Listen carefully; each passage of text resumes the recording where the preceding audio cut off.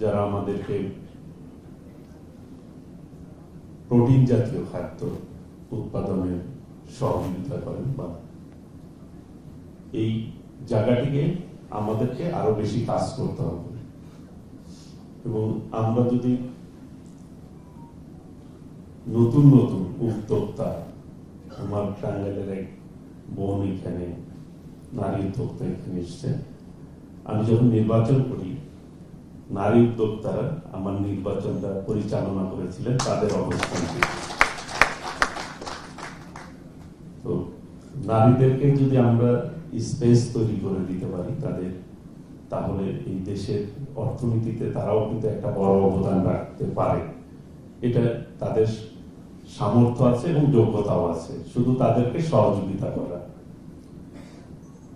আমরা ইতিমধ্যেই কিন্তু অনেকে বলেছেন যে এটাকে কিভাবে এগিয়ে নেওয়া যায়, সেই এগিয়ে নেওয়ার ক্ষেত্রে কিন্তু মাননীয় প্রধানমন্ত্রী দেশনায়ক তারেক রহমান আমাদের নির্বাচনী ম্যানিফেস্টোতে কিন্তু কৃষি কার্ডের ব্যবস্থা আমরা করবো, এটি সিদ্ধান্ত আমাদের ছিল নির্বাচনের পূর্বে।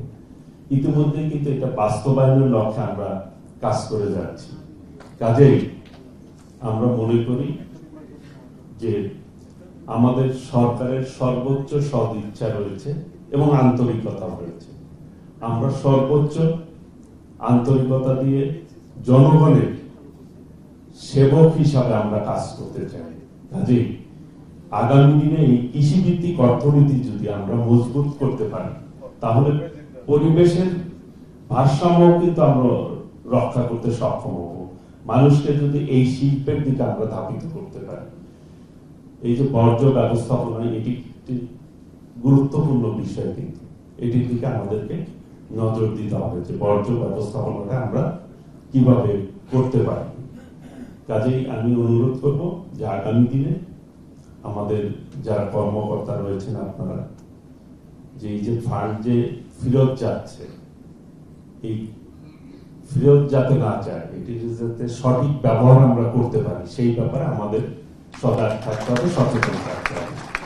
ইনশাআল্লাহ সকলে মিলে আমাদের মাননীয় প্রধানমন্ত্রীর যে ইচ্ছা একটি সুন্দর বাংলাদেশ গড়ে তোলা, সেই বাংলাদেশ আমরা অবশ্যই গড়ে তুলতে সক্ষম হব। সকলকে আন্তরিকভাবে ধন্যবাদ জানিয়ে আমি আমার বক্তব্য শেষ করছি। সকলকে ধন্যবাদ। আসসালামু আলাইকুম ওয়া রাহমাতুল্লাহি ওয়া বারাকাতুহু।